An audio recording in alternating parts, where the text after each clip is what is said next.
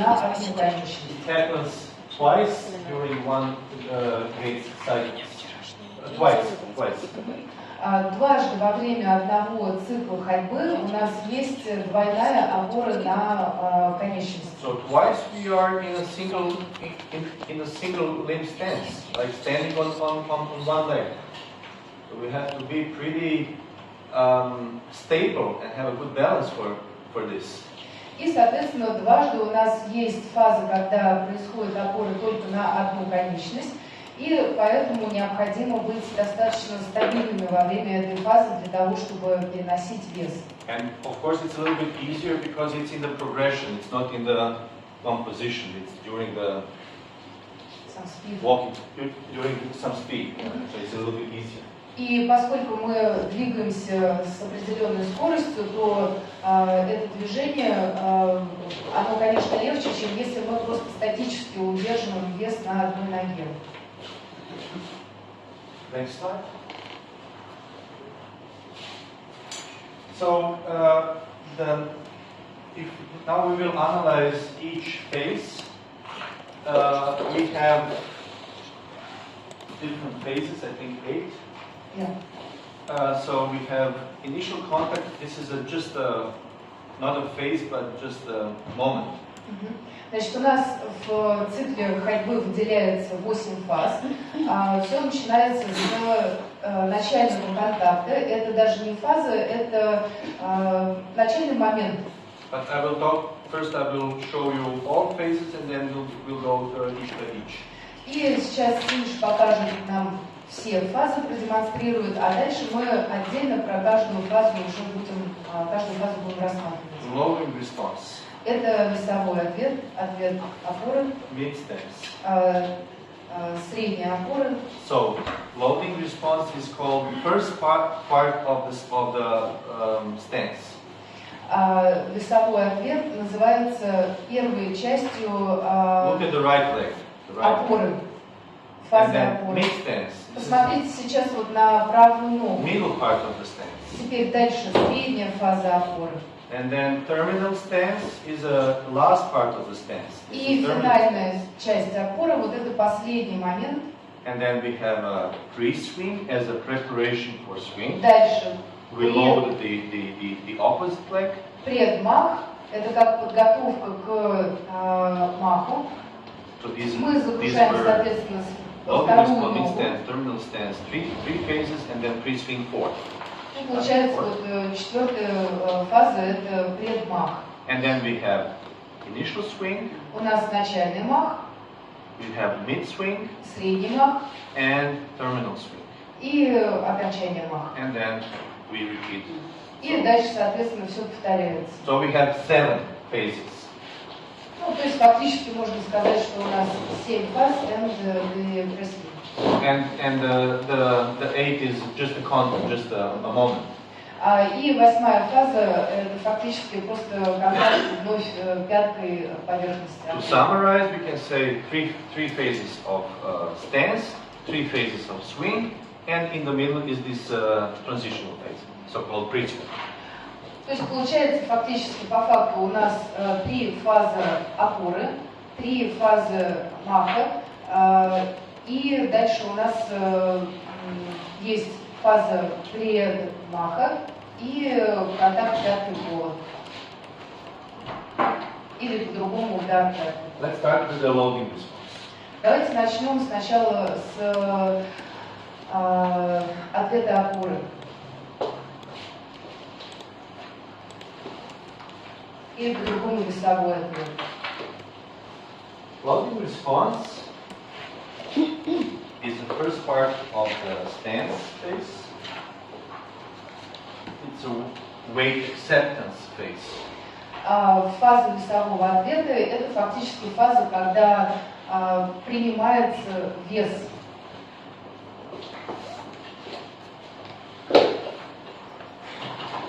Observe my left leg.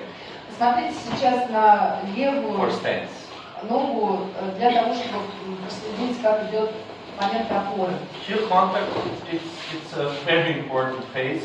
If you don't have a heel contact, so the heel is connected with Очень важен контакт пяткой. Почему? Потому что пятка у нас напрямую связана с активацией ягодичных мышц. And if I stand first with the forefoot like this, если бы я вставал изначально на переднюю часть стопы, it comes there.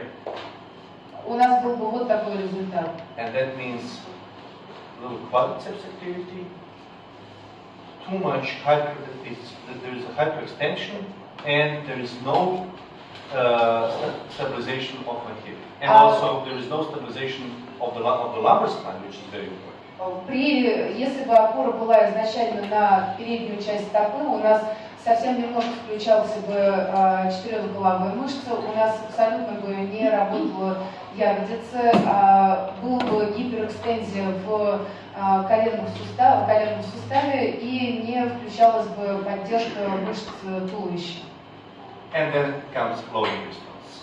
So, дальше, вот отсюда, от контакта пяткой, мы переходим к весовому ответу. Loading response starts from the heel contact up to the point when I lift up toes on the opposite side. Соответственно, весовой ответ, он продолжается от момента касания пяткой до момента, когда пальцы противоположной ноги начинают отрываться от поверхности. What is it? So what movements do I have? Какие здесь происходят движения? I have around 25 degrees hip flexion. Здесь у меня примерно 25 градусов сгибания бедра. The knee comes from neutral up to 20 degrees of flexion. Колено переходит из нейтрального положения к 25 градусам сгибания. You know that during walking we go a little bit up and down, a little bit. Ну, вы знаете, что когда мы с вами ходим, мы двигаемся немножко, у нас получается чуть вверх идет движение, чуть вниз. Это обеспечивается как раз движением в колене. 20 градусов, поэтому немножко. So, and then about muscle activity, I have. Мышцы. Of course, I'm neutral in the lumbar spine. Естественно, I'm я stable in my glutes. Сохраняю нейтральность в поясничном отделе, я активирую ягодицы. And I have the eccentric quadriceps activity, because quadriceps bring me into this 20 degrees of knee flexion. И, соответственно, эксцентрическое сокращение мышц по передней поверхности бедра, потому что именно они позволяют разогнуться колену. I have tibialis anterior muscle activation to bring eccentrically the foot down on the floor. У меня включаются, работают эксцентрические мышцы по передней поверхности голени, которые позволяют опустить стопу на пол. So you have stability. Eccentric activation of the knee, eccentric activation of the foot. И получается у нас стабильность мышц обеспечивается мышцами туловища и мышцами ягодиц, и плюс мышцы по передней поверхности бедра и голени обеспечивают, соответственно, работу колена и стопы, разгибание. And then next slide. Следующий слайд. Which stance? Yes, it's the loading response. No, next slide. Next one. Yes, this is mid stance. Okay. So mid stance. Теперь мы переходим к фазе, которая называется середина. Observe again the left leg. Смотрите на левую ногу. Starts from the moment my toes go up in the air, away from the ground. Начинается с момента, когда пальцы противоположной ноги приподнимаются над поверхностью. Until my foot is parallel with my right foot is parallel with the left foot. И длится до момента, когда стопа противоположной ноги правой выходит в параллель с левой опорной стопой. And I have my knee now neutral, so it comes from the 20 degrees of flexion up to neutral position, and it is not extended, it's neutral. И, соответственно, сейчас у меня колено переходит в нейтральное положение с 20 градусов сгибания. This is in brackets, full extension. Мы это как бы в кавычках называем полным разгибанием. То есть ни в коем случае не назад, не гиперэкстензия. And who keeps the knee in this position? Which muscles? Какие мышцы у нас удерживают колено в этом положении?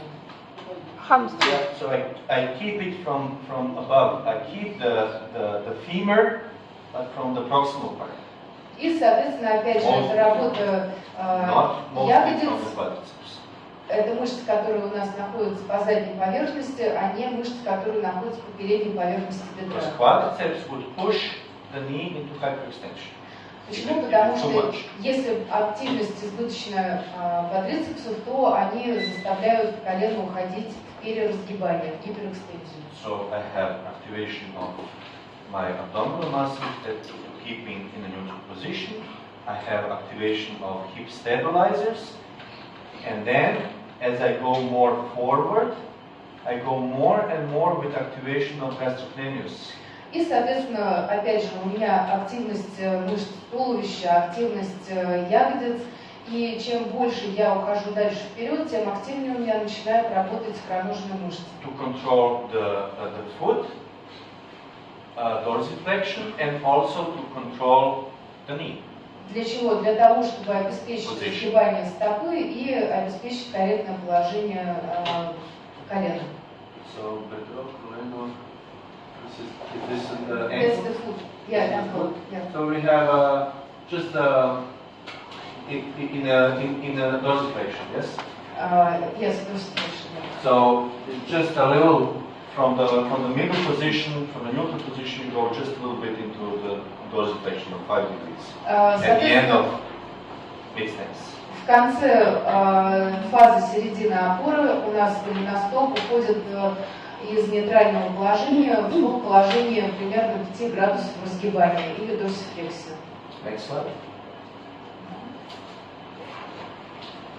I'm standing so high that you can all see what I'm showing. Сидишь говорит, что он сверху стоит высоко для того, чтобы просто все видели, потому что если он на полу будет, то не все увидят. So, and then terminal stance. И, следовательно, фаза завершения опоры. Starts from, you look again at my left leg. Опять смотрим на левую ногу.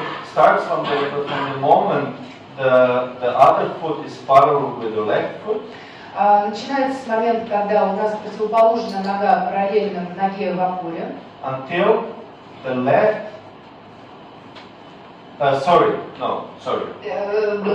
Начинаем сначала. It starts from the moment my left heel lifts up from the ground. Начинается фаза завершения опоры с момента, когда пятка левая поднимается над полом. Until I hit the ground with the heel of the opposite. И длится, соответственно, до того момента, когда противоположная нога пяткой ударит по полу. So it's pretty short phase. Это достаточно короткая фаза. And in this phase, I have the peak activation of gastrocnemius because I'm pretty forward position. And I keep myself in this position mostly with gastrocnemius, of course with abdominals, gluteal muscles. И в связи с тем, что в этой фазе туловище немножечко наклоняется вперед, основная активность происходит за счет активности икроножной мышцы, но и, естественно, поддерживается плюс стабильность мышечного корпуса и ягодицами. Хорошо. Yes. And go to the next slide. Предмах. Фаза предмаха. So that was terminal stance, and I go now on this leg. So it starts, the Bergmach or the pre-swing starts from the moment I contact the ground with the opposite heel. Фаза предмаха начинается с того момента, когда моя противоположная нога ударяет пяткой по полу.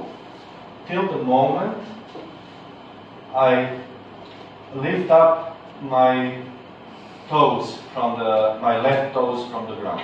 И длится до того момента, когда пальцы левой ноги приподнимутся над полом. And this is a preparation for the next phase. Соответственно, это фаза, The swing. которая The swing. является подготовительной фазой для фазы маха на левой ноге. And at the end, I come, so I need there lots of mobility. I need the mobility in the knee, and also in the metatarsophalangeal joint. И, соответственно, для осуществления этой фазы необходимо достаточное количество мобильности и в коленном суставе, и в суставах пальцев ног. So I need 40 degrees of knee flexion. Здесь необходимо 40 градусов сгибания в колене. And I need pretty much mobility of the metacarpophalangeal joint at the end, 60 degrees of extension. И 60 градусов должно быть в суставах разгибателя пальцев ног. And the foot is in the plantar flexion, Стопа у нас 15 degrees находится at the end. в конце в 15 градусах сгибания, подошвенное сгибание. And then the next phase. И, соответственно, I start to следующая swing фаза. now. Теперь мы начинаем фазу маха. Comes with the initial swing. Мах у нас состоит из 3 фаз. Первая фаза – начальный мах. From the moment my toes go away from the ground, В тот момент, когда, соответственно, пальцы приподнимаются над полом, начинается начальный мах. till the moment the foot is parallel with the other foot. И начальный мах у нас длится до того момента, когда левая нога у нас выходит в параллель с правой, стопа.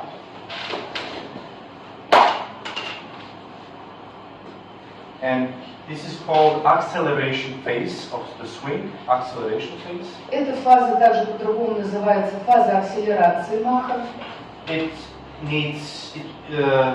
consists of the holding of the abdominals or lumbar spine in a neutral position, holding of the opposite leg, Соответственно, здесь standing, the glutes primarily, необходимо, чтобы у нас активно работали мышцы стабилизатора поясницы, плюс активно должны работать stable here, stable there.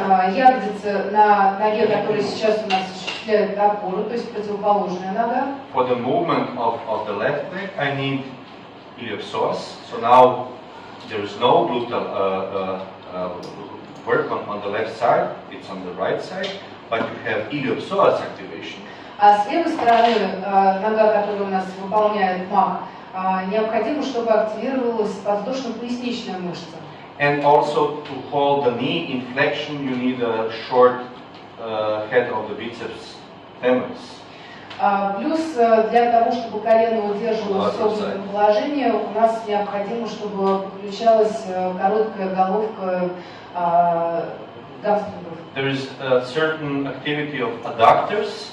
Также присутствует некоторая активность приводящих мышц. To keep the line of the swing, not to go into abduction.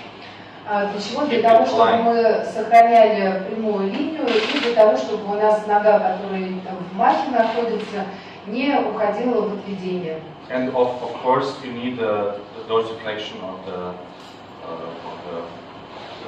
foot with the tibialis anterior. И плюс у нас должно быть разгибание стопы и по-другому дорсифлексия, которая осуществляется с мышцами передней поверхности голени. Then we have mid swing from the moment feet are parallel to the ground to the moment The next slide. yes, to the moment the thigh, the lower leg is perpendicular to the ground. Следующая фаза – это середина фазы маха.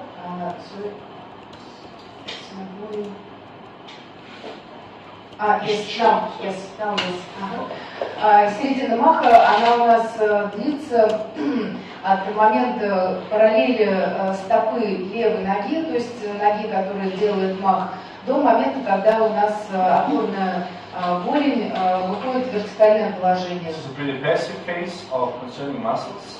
Относительно мышц это такая достаточно пассивная фаза. Concerning the lower leg, but you have still contraction or holding of abdominal muscles for the lumbar spine, holding with the iliopsoas the hip, but concerning just moving of the knee, and holding, of course, the posterior, the dorsiflexion. И при этом, естественно, у нас продолжают активно работать мышцы, удерживающие туловище, и плюс мышцы, которые у нас оставляют колено в согнутом положении, и разгибатели стопы. Next slide. And then you have the last phase, which is called terminal swing. Последняя фаза у нас называется конечная фаза маха. From the moment the thigh is perpendicular to the ground till the moment we hit the ground with the heel again. И она длится от того момента, когда у нас голень перпендикулярна полу, до момента снова удара пяткой этой ноги по полу. And this is called deceleration phase because we decelerate and prepare for the stance again. И эта фаза называется фаза деселерации, и благодаря ей идет подготовка к фазе опоры на этой ноге. The key muscle in this phase is our hamstrings. Основные Because they мышцы, decelerate. какие? Это мышцы гамстринги, потому что именно за счет их работы осуществляется деселерация. This is stable, the lumbar spine. Опять же, Hip is поясница stable from the стабильна, iliopsoas. бедро стабильно благодаря Aligned воздушной with пояснице, поясничной. adductors. And I come in a deceleration from hamstrings. У нас работают приводящие мышцы для того, чтобы обеспечить выровненное положение движения по одной линии ноги, которая завершает фазу маха, и плюс деселерация идет за счет работы гамстрингов. You know that with some people you have this way, they throw legs like a horse. Некоторые люди, знаете, они как бы кидают ноги как лошади. Not to offend the horse. Ну, мы не хотим обидеть лошадь. So, and then, so this is quadriceps. Это квадрицепс включается. And this deceleration should be controlled from the opposite muscle. What is the deceleration? Opposite to acceleration. Acceleration is to accelerate if you have a constant speed, then suddenly you get your speed more and more. It's acceleration. And deceleration is the opposite. You get slower and slower. Ну, то есть, получается, есть две фазы. Фаза акселерации, когда у нас идет ускорение, фаза децелерации, когда у нас идет замедление. So, say, concerning this explanation of phases, that's it. Ну, собственно, это вот основное, что я бы хотела рассказать по поводу фаз ходьбы. Now let's talk about the trunk and the gait. Теперь давайте поговорим о Talk about it. туловище, что с ним происходит во время ходьбы. So, trunk and gait should be in a neutral, neutral curvatures of the spine. It means Туловище у нас должно сохранять нейтральные сгибы позвоночника. the pelvis is a little bit positioned forward to achieve the lordosis. Соответственно, у нас есть небольшой передний наклон таза для того, чтобы сохранить естественный лордоз. But then why do we say then always a posterior tilt? Тогда почему мы все время себя часто говорим о том, что нужно уводить задний наклон таза? Because people are too much in the lordosis, so we need a little bit backward to come into the neutral position. Потому что очень у многих есть избыточный лордоз, и поэтому для того, чтобы вернуть лордоз в нейтральное положение, необходимо сделать небольшой поворот таза. Thoracic spine in the neutral kyphosis, cervical Грудной spine отдел у нас в нейтральном lordosis. кифозе, Так и причины. Шейный отдел у нас тоже в нейтральном лордозе, подбородок чуть подтягивается к шее. Then we have pelvis movements. Дальше мы рассматриваем движение таза. So we say that The literature says that the sagittal position of the pelvis is 10 degrees forward in lordosis. Согласно медицинской литературе у нас есть 10 градусов наклона вперед у таза, переднего наклона. Then we have this physiological, then the lumbar of pelvis dropping dropping in a frontal plane of 4 degrees. Дальше у нас есть физиологический Тренделенбург, элемент походки Тренделенбурга, когда у нас идет отклонение в фронтальной плоскости на 4 градуса. This is considered natural, physiological, not pathological. Это не патология, это все в рамках физиологии. And then we have, during the age, we have this rotation of pelvis of 5 degrees each side. So total from backward to forward rotation of 10 degrees in total. И есть у нас ротация вперед на 5, назад на 5 градусов. Соответственно, общая ротация сзади наперед составляет в сумме 10 градусов. С каждой стороны. Если избыточное движение в ротацию, то, естественно, это уже не физиологически. Foot joint. Дальше давайте посмотрим на движение суставов. There is a pre-tibial muscle activation in a loading response. У нас есть активация мышц передней поверхности голени во время фазы ответа опоры. And then in the mixed stance, pre-tibial muscles they let go, and then we have activation of opposite muscles. Mixed stance, terminal stance a lot. And then in the pre-swing there is a leftover activation, like a rebound phenomenon from the gastrocnemius to forward the leg to prepare for the swing. И в фазе маха у нас такое остаточное feather means suspension. Подвисшее напряжение икроножной мышцы, которое у нас позволяет провести движение по фазе маха. And then again in the swing we have pre-tibial muscles, tibialis anterior. И опять же во время фазы самой маха уже снова включаются мышцы по передней поверхности голени. What is the function of peroneus? Какая у нас функция разгибателя большого пальца? So peroneus muscle is the fine tuner of the position of the foot. Это такой мышцы, которые у нас обеспечивают правильное положение стопы. And it prevents the foot for being inverted. И позволяет стопе не уходить в инверсию. Keeps the alignment of the foot. Сохраняет выравнивание стопы в фазе ответа опоры. And when I hit the ground, peroneus keeps the stability of the foot. Keeps the medial arch. Стопе остаться стабильной, когда мы опускаем стопу на пол. And also transversal arch consequentially. So it keeps the stability of the medial arch and also consequentially the transversal arch. И позволяет сохранить стабильность арк стоп, поперечной арки стопы и продолжение. And then it does the same in mid stance, terminal stance, in swing. It keeps again the good alignment of the foot in the sense that it prevents inversion, but it keeps in the mid position. То же самое в фазе ответа и в фазе переноса, когда у нас нет инверсии стопы. Да, помогает держать плоско, не утягивать мышцы.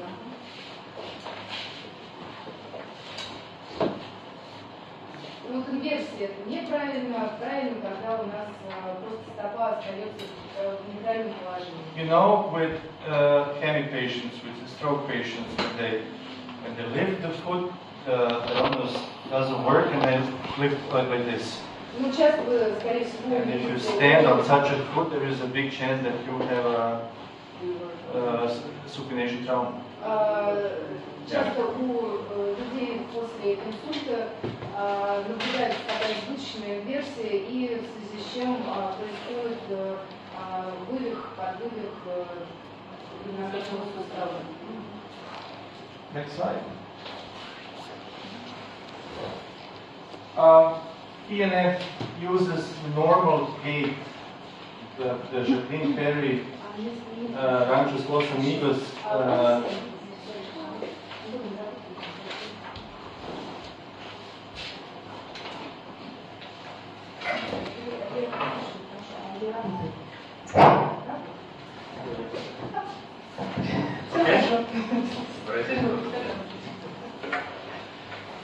So ENF uses Ranchos Los Amigos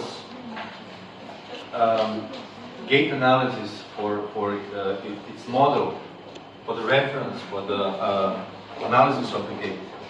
И, соответственно, в ПНФ используется вот эта схема, которая была разработана в лаборатории, где и в госпитале, где работала Жаклин Перре, 8 фаз ходьбы.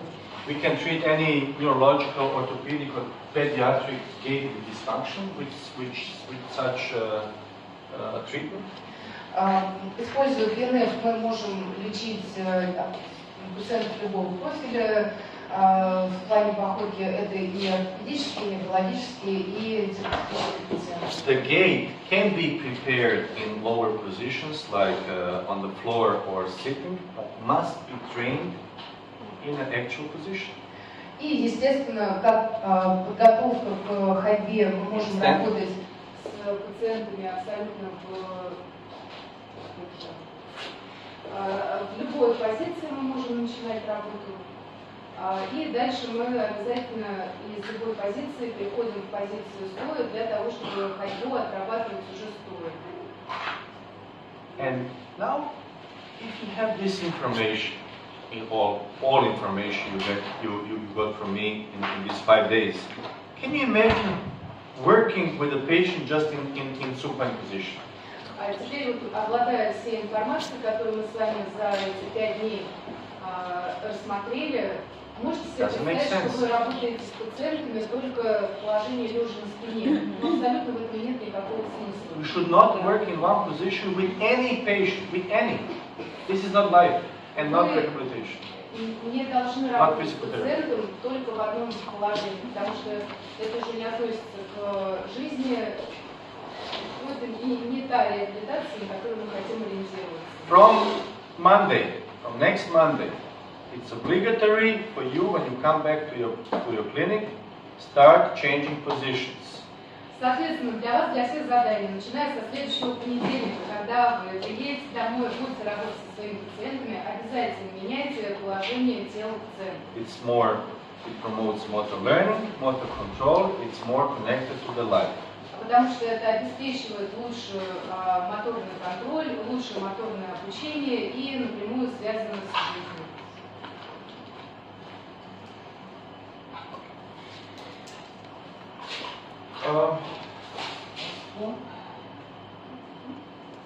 How do we assess gait?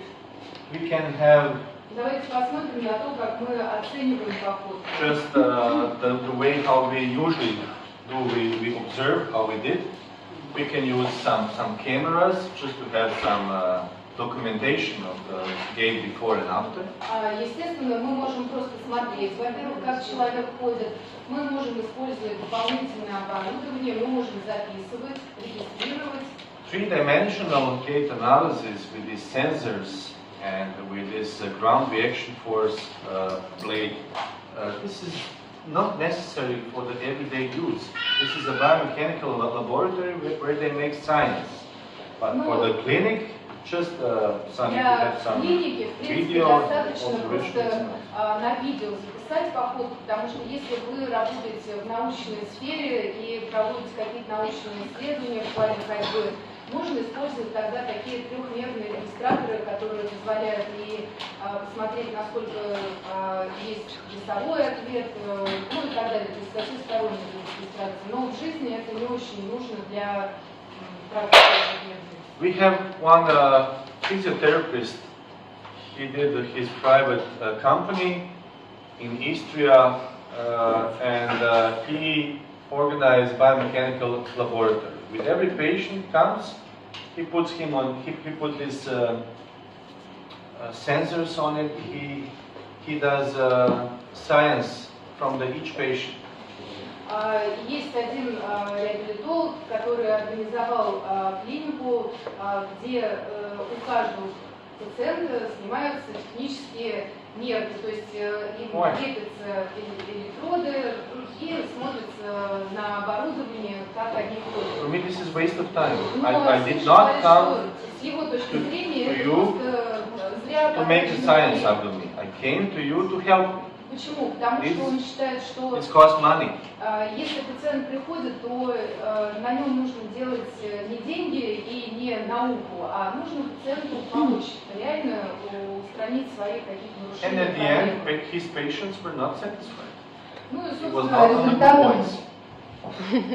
результатом было то, что пациенты не были удовлетворены таким лечением. Because they came for the treatment, not for the science. Потому что запрос пациентов был получить лечение, а не какие-то научные исследования, разработки.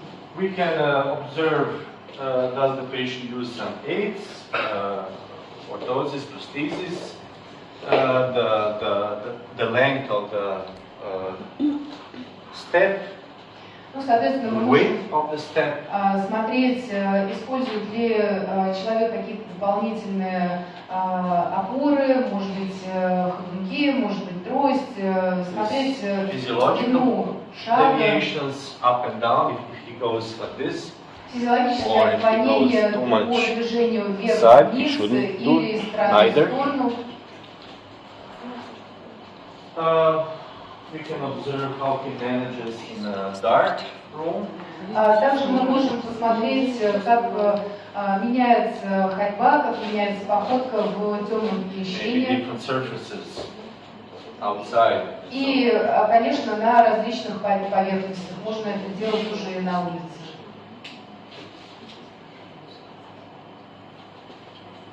Next. And then what components of gait will we facilitate now? And in the next session, after the break, we will start facilitate the gait. What we will facilitate? После перерыва мы с вами будем уже фасилитировать ходьбу, поэтому давайте посмотрим на компоненты фасилитации, что именно будем фасилитировать. This first part of the gait before the forwards gait, it is typically done in the environment when you can hold yourself. For example, in the parallel bars. Типично у нас This first part, what I will show. Первая часть, которую сейчас Синиш покажет, ее обычно отрабатывают, когда есть параллельные брусья. And then the second part, when we train forwards gait, backwards gait, sideways gait, grading stairs, is done outside of the parallel bars. И Outside of the handles. самая первая часть у нас вот на параллельных брусьях отрабатывают обычно ходьбу вперед. Дальше мы с пациентом выходим и без брусьев отрабатываем уже разные виды ходьбы. Ходьба назад, ходьба в бок, подъем по лестнице, спуск по лестнице. First we have weight shift. Сначала перенос веса. That we, in order to make a step. Для того, чтобы мы могли сделать шаг. Or, if we already made a step, Или если вы уже сделали we шаг, can do a weight shift on the leg which is forward already. мы можем переносить вес на ногу, которая уже впереди. And then, so there is an emphasis on so exercises, different exercises on the leg when I'm standing on the leg. We call it one leg standing. Дальше у нас идет момент, когда мы перенесли вес This, полностью на одну ногу. this, и можем выполнять упражнения вот такого рода Make an на emphasis there.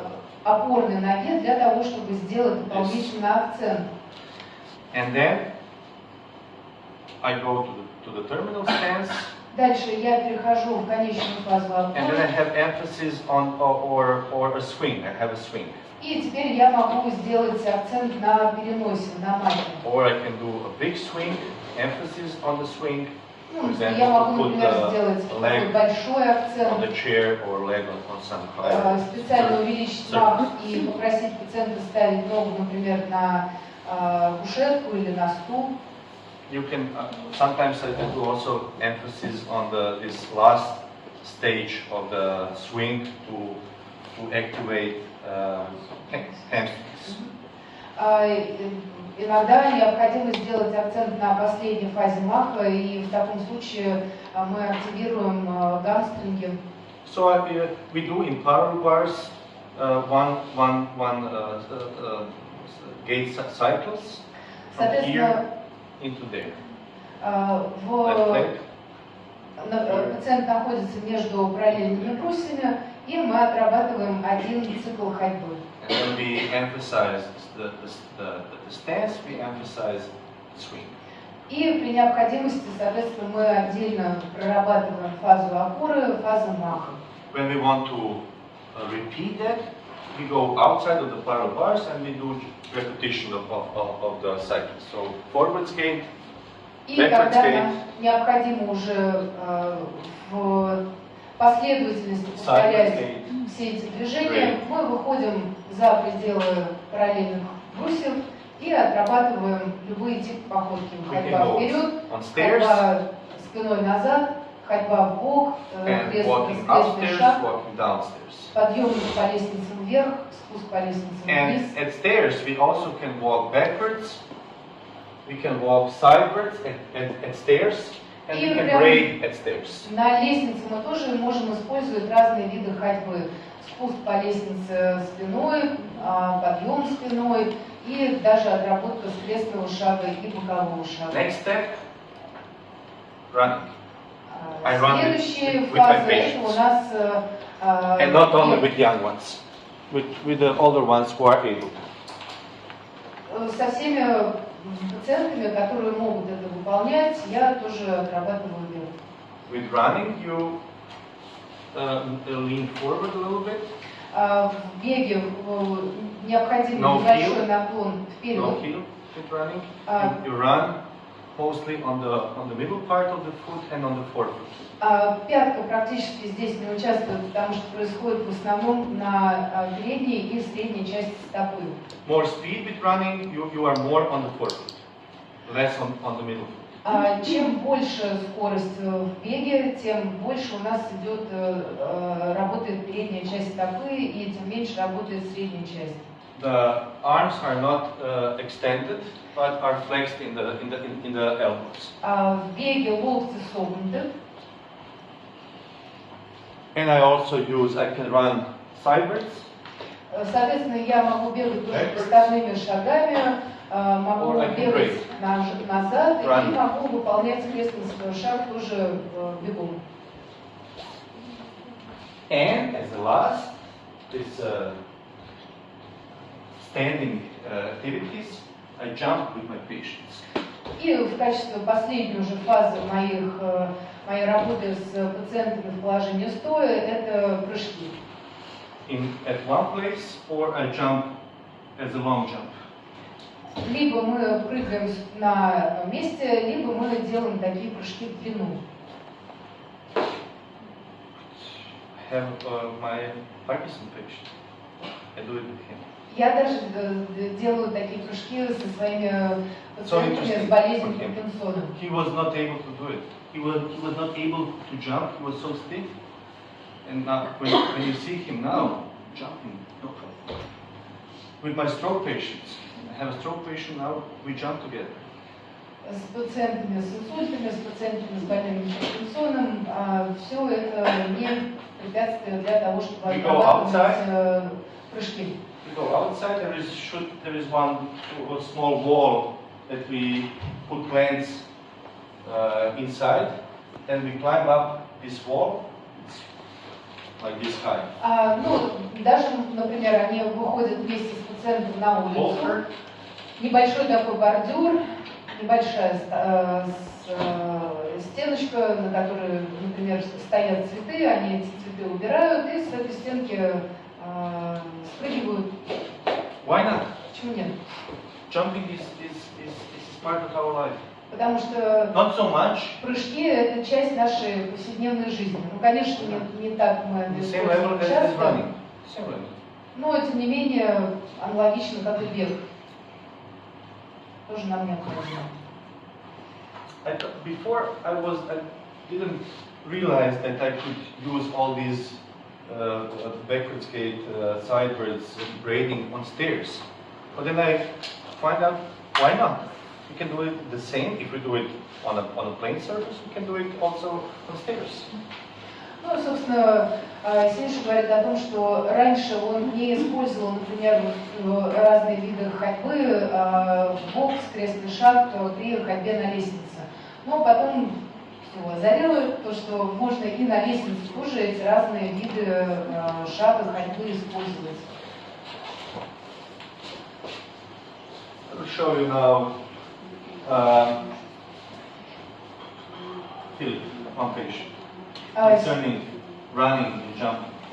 Сейчас я вам покажу одного пациента. Вы посмотрите, как мы с ним работаем в плане бега и прыжков.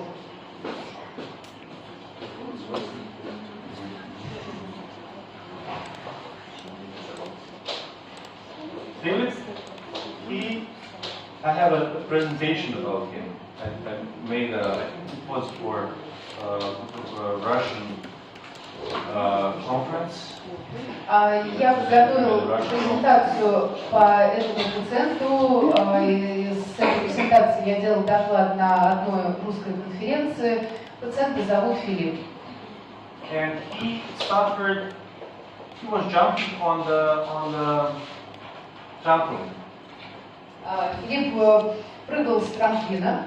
And he was doing this saltos back and forth, and he's a really jumping guy. Ему очень нравилось прыгать, он делал разные сальто вперед, назад. Очень молодой пациент. Early 30s. Ну, около 30 ему. And he suffered C5, C7 fracture of C5 to C7. У него был перелом lesion. позвоночника на уровне C5, C7 и повреждение спинного мозга. That's him jumping on the trampoline. Это вот он прыгает. He did all this crazy stuff, and once it just pushed him. He didn't jump properly like this, and he finished at the wall, at the side wall, with the head like this. Он прыгал на батуте, делал разные вот такие прыжки и как-то раз неудачно приземлился, так что у него At that moment. была травма на уровне C5, C7, сильное сгибание шеи, и в тот момент он вообще ничего не мог, никакой не было подвижности. And that was the consequence. Ну, соответственно, вот результат. You see here now, no stenosis and fracture. И здесь вот металлоконструкция получается. So it's the metal, right? Metal. Yeah, fusion. И металлоконструкцию поставили. И да, вы можете там увидеть, что нет отростов. And then I did. So he had one side, left side was pretty good. He had like a picture of hemiparesis. Левая сторона была более-менее нормальная, а правая сторона and weak foot. была такой гемипарез, слабость кисти и слабость стопы. Но, в принципе, вся правая сторона была слабой. You see his hand. No? Вот можете посмотреть на его руку. No, this is the The other one. the right. В общем, не сейчас, на следующих слайдах будет его рука, видите. So now different patterns I did with him. Ну, соответственно, был пример работы разных паттернов, активация мышц стопы. Stand. Переходы из положения сидя в положение стоя. Then in standing, different diagonals to activate the stability of the right foot. Отработка разных диагональных положения стоя для того, чтобы активно отработать правую ногу. So different backward skate, sideward skate. И разные примеры видов ходьбы. Ходьба назад, ходьба вперед, ходьба боком. And then he was very skillful with skateboard. И он на самом деле очень круто катался на скейтборде, он до травмы это делал. Then we used the skateboard for the stability. Мы использовали скейтборд для отработки стабильности.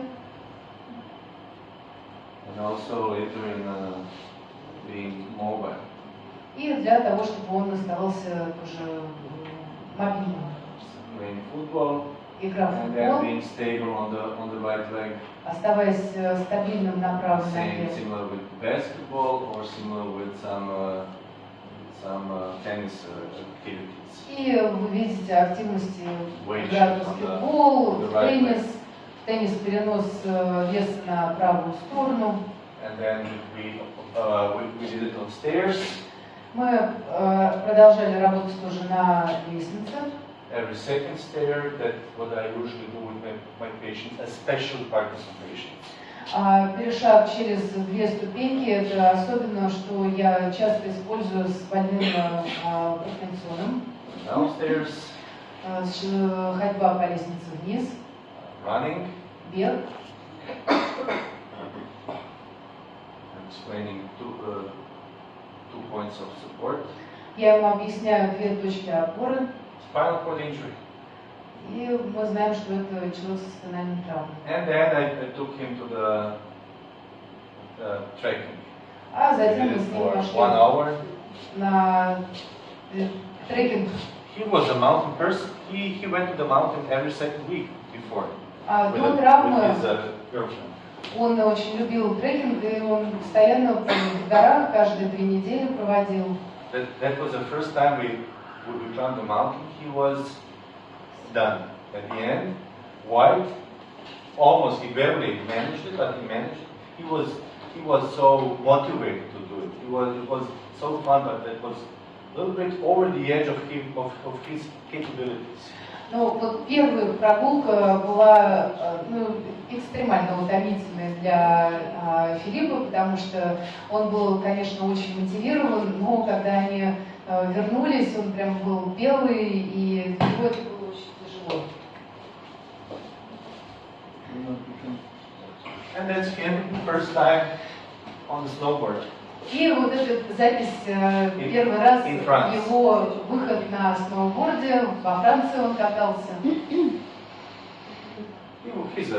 was a very active guy. IT engineer, but very active. IT-инженер, очень активный молодой человек. So spinal cord injury. Это после травмы. Yes, that's after the trauma, right? That's after rehabilitation. After rehabilitation, yes. Это после реабилитации, то есть после уже программы с Синишем. He was not sure there how he will manage, but I said, go for it. I think you will be able to. We practiced a little bit in his flat to do this, you know. Ну, соответственно, related to the snowboard. Филипп сам не был уверен, справится ли он на сноуборде, а Сиша его постимулировал, замотивировал, сказал, что давай, все нормально будет. Они немножечко попрактиковали, отрабатывая движение на сноуборде прямо в квартире у Филиппа. Participation, that's a goal. Поехал, и Сиша говорит, мы всегда держим в уме уровень участия. Для нас это тоже является очень важной целью в работе с пациентами.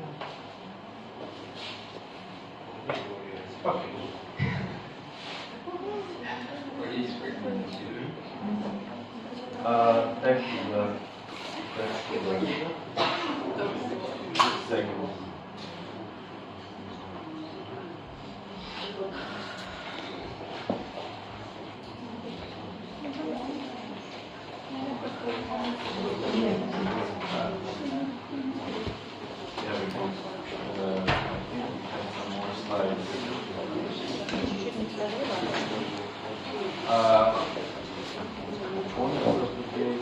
Yeah.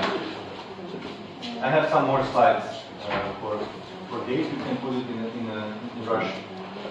И сейчас у нас еще несколько слайдов будет про походку. Антон там на русском.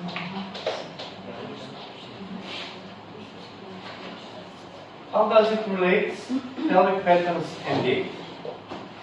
Теперь давайте поговорим о том, как соотносятся паттерны таза и ходьба. So, with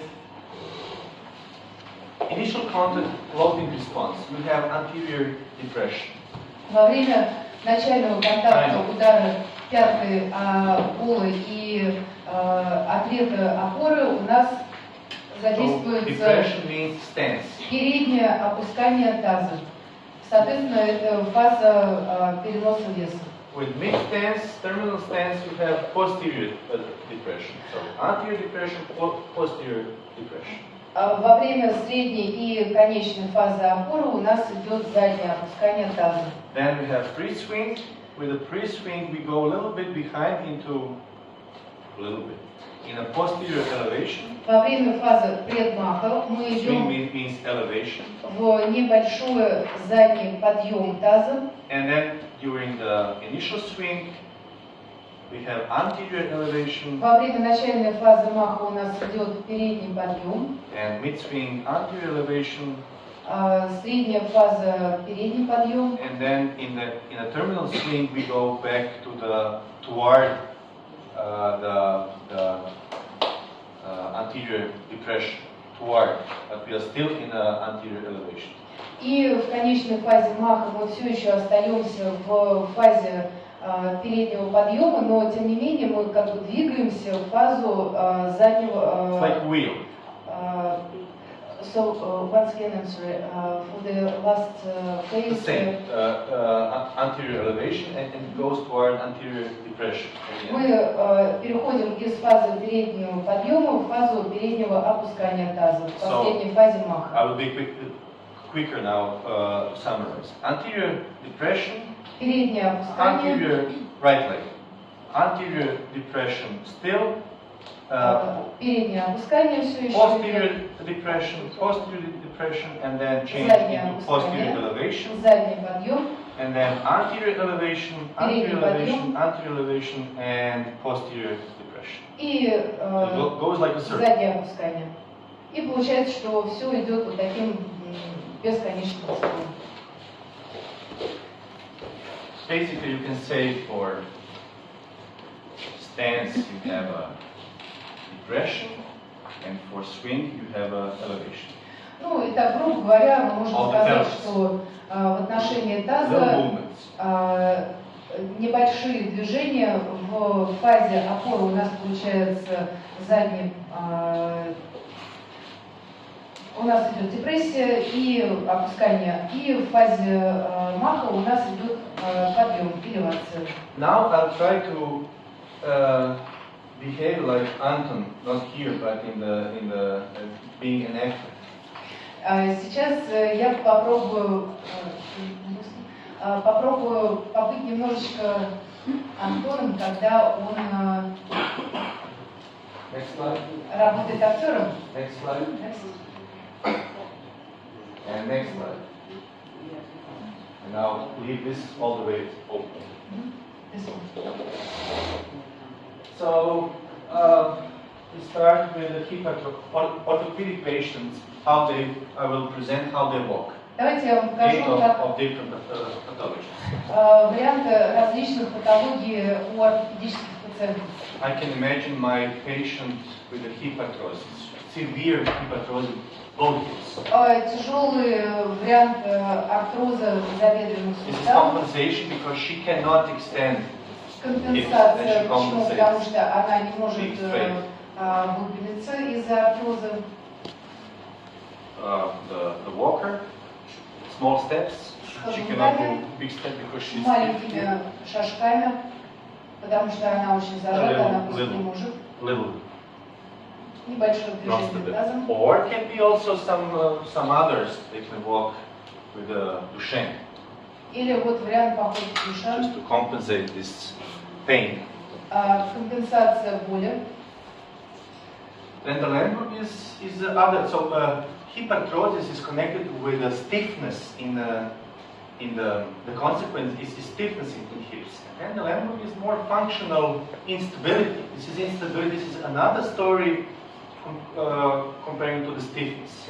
У нас два есть противоположных варианта. Один вариант это когда у нас артроз тазобедренных суставов, соответственно, он как результат приводит к такой зажатости. А второй вариант это походка Тренделенбурга. Ну, фактически это такая разболтанность получается, It's more, нестабильность. I would say, Trendelenburg is more connected with a total hip replacement when you have instability. Походка Тренделенбурга, грубо говоря, она связана с полной заменой тазобедренного сустава, когда есть нестабильность. And before operation you had stiffness. Ну, соответственно, до операции у человека такая зажатость, укороченность, и дальше после это, соответственно, наоборот, разболтанность. And then sciatica, acute radiculopathy. И дальше такая острая фаза радикулопатии.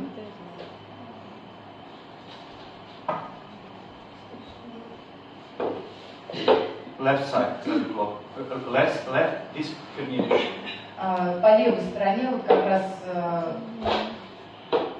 острая боль. In the leg, irradiation. And they lean on the opposite side Ну, with flexion соответственно, to open the canal, and it's a little bit easier. они cannot be отклоняются here на because it's противоположную сторону для too того, big чтобы pressure раскрывался on the nerve. спинномозговой канал, для того, чтобы уменьшать давление на диск.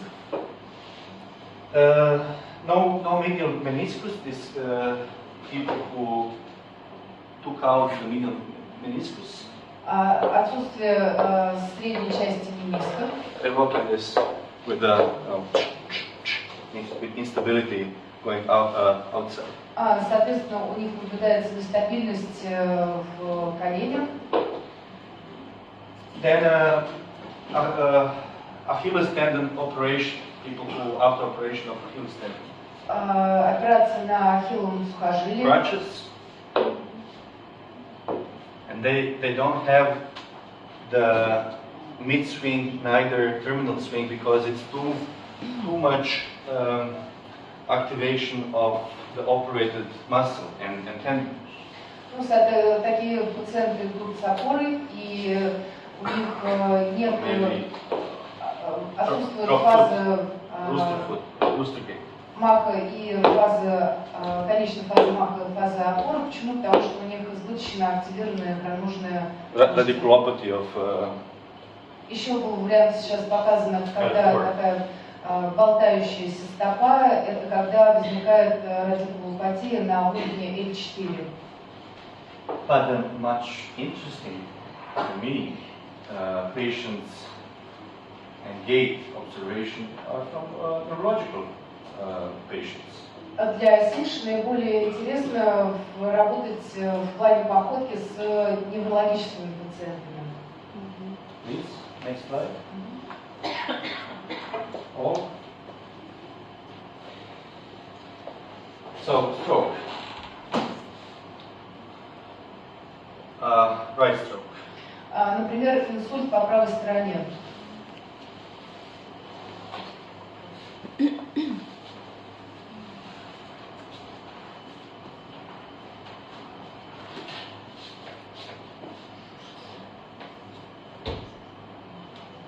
Возьмите трость сюда.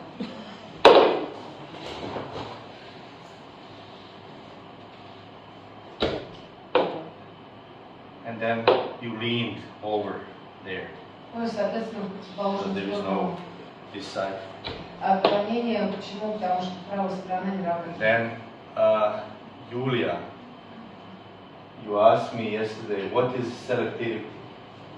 Я вчера Selectivity задавала of the вопрос, что такое movements селективность. is when I can be stable in the trunk and mobile at the same time from the leg, from the Селективность в hip. движениях – это когда я могу оставаться Here there стабильным is no в selectivity туловище in и movements. могу, например, двигать This is a изолированным mass изобильным from суставом.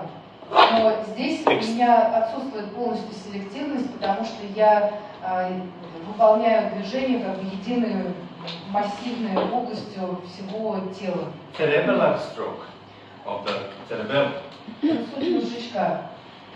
You come to the room and you ask the patient, can you lift up your arms? Вы переходите в положение лежа Lift на up your животе, legs. спрашиваете, можете ли вы поднять руки, да, ноги, да. And he's at the neurological department, neurological clinic, because of the stroke. А он находится в неврологическом отделении клиники в связи с тем, что у него был инсульт. Please stand up. That's a problem. А вы ему говорите, поднимайся, вот тут уже начинаются проблемы. And then you see it starts to fall on the side of И the cerebral stroke. Вы видите, что он начинает заваливаться на сторону, с которой произошел инсульт. And this is how they walk. И это то, как они ходят. They don't have a balance. У них отсутствует баланс, And they tend to overlean on one side and to too less lean on the other side. и они как бы Right? The избыточно center shifted on the смещаются от on one центра на одну сторону и недостаточно используют другую сторону. Oh, this is my favorite. Stroke of pusher gait. Инсульт темной коры. Someone can please meet. Stay here and be really strong. Очень No, вам, yourself. Be really вам strong. нужно быть And hold. сильным, потому Hold. что удерживаете его. So I have this is my weak side, Kemi side, Это слабая and сторона, this is side which is disturbed. а вторая сторона это как бы поврежденная So сторона. this is called sensomotoric stroke, which is in the parietal brain. И, соответственно, это сенсомоторный инсульт, который The происходит в sense of коре. midline is there.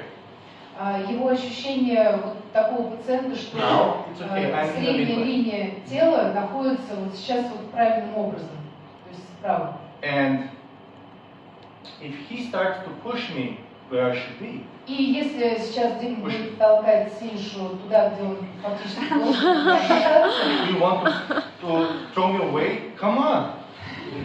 And now he says, this guy is crazy. How should I do this? It's impossible. And this side doesn't work. It's ischemic, and this side pushes too much, and it's called a pusher's behavior or controversial behavior. такое вот противоположное поведение двух сторон тела. Одна сторона с гемипарезом, и она не двигается, не чувствует. Вторая сторона, она активно активирована, и она активно как бы сопротивляется и толкает. Получается, что такая походка называется походка толкателя, походка пушера. And they literally walk like this. Have you seen these patients? So, what is how you should fix it? Как мы с таким можем работать? First, you start to treat the side which pushes. Сначала мы начинаем Not работать to с той push, but to стороны, accept. которая толкает. Мы фактически как бы делаем возможность принять этот толчок. And you have to use a mirror that they see where they are. So it's kind of a compensation with the sensation which is not there. This is a sensation of the middle. И поскольку отсутствует восприятие этой средней линии тела, необходимо использовать зеркало для того, чтобы они видели, как у них работает толкающая And сторона. also I use the wall and say to them, look, this is the wall is vertical. Please lie over the wall and feel that now this is vertical. Также я использую стену, я No, this is not. подвожу их к стене и говорю, теперь используйте стену для понимания, ощущения, что значит вертикальное And положение. then I start to walk with them to have some wall which is a reference. And they have to be close to this wall because they fall on the other side. Соответственно, дальше я начинаю ходить с ними вдоль стены, так, чтобы они могли чувствовать стену на протяжении своей походки, потому что если нет, то они начинают заваливаться на противоположную сторону. So it's a first dysfunction of perception. И все это происходит из-за того, что есть дисфункция перцепции. MSK, that's what I showed you yesterday. Рассеянный склероз – это то, что мы с вами смотрели вчера.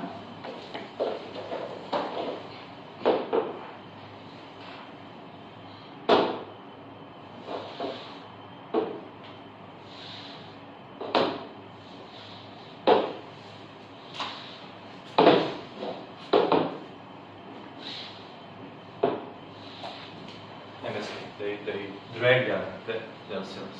Они как бы проволакиваются немного вперед. Parkinson? Паркинсон.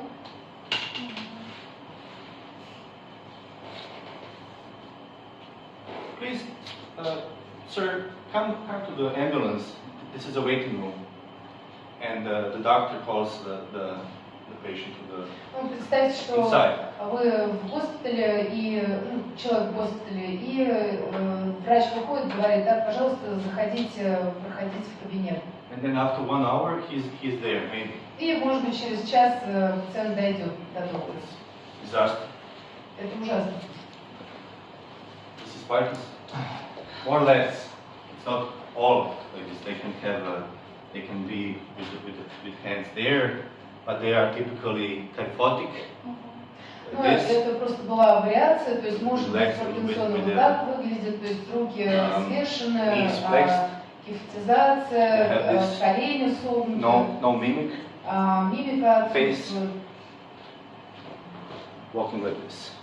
And typically forward posture. Like Yeah, they sure. are falling all the time. Like this. Такое вот наклоненное положение туловища вперед, как будто бы они вот еще немножко и упадут. And toxic. И походка токсичная. It can be MS, for example. Это, например, тоже может быть рассеянный склероз.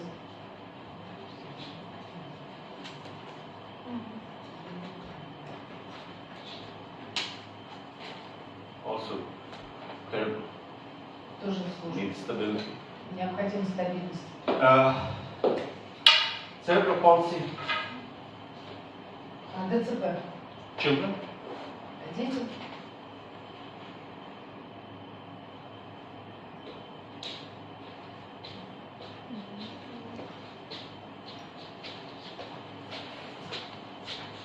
And they have this bouncing from knees. И они как бы вот качаются на коленях, балансируют. More or less. Плюс-минус примерно так может выглядеть. That's most of our patients. The guy that I mentioned today from the Lyme disease, he walks like this. Сегодня вот то, что мы обсуждали пациента с синдромом Лайма, он ходит вот так. With a lack of sensation, proprioception in the legs. Потому что у него не хватает проприоцепции в ногах. Okay, so enough. We see each other 3:30 in 1 hour. Встречаемся через час, 15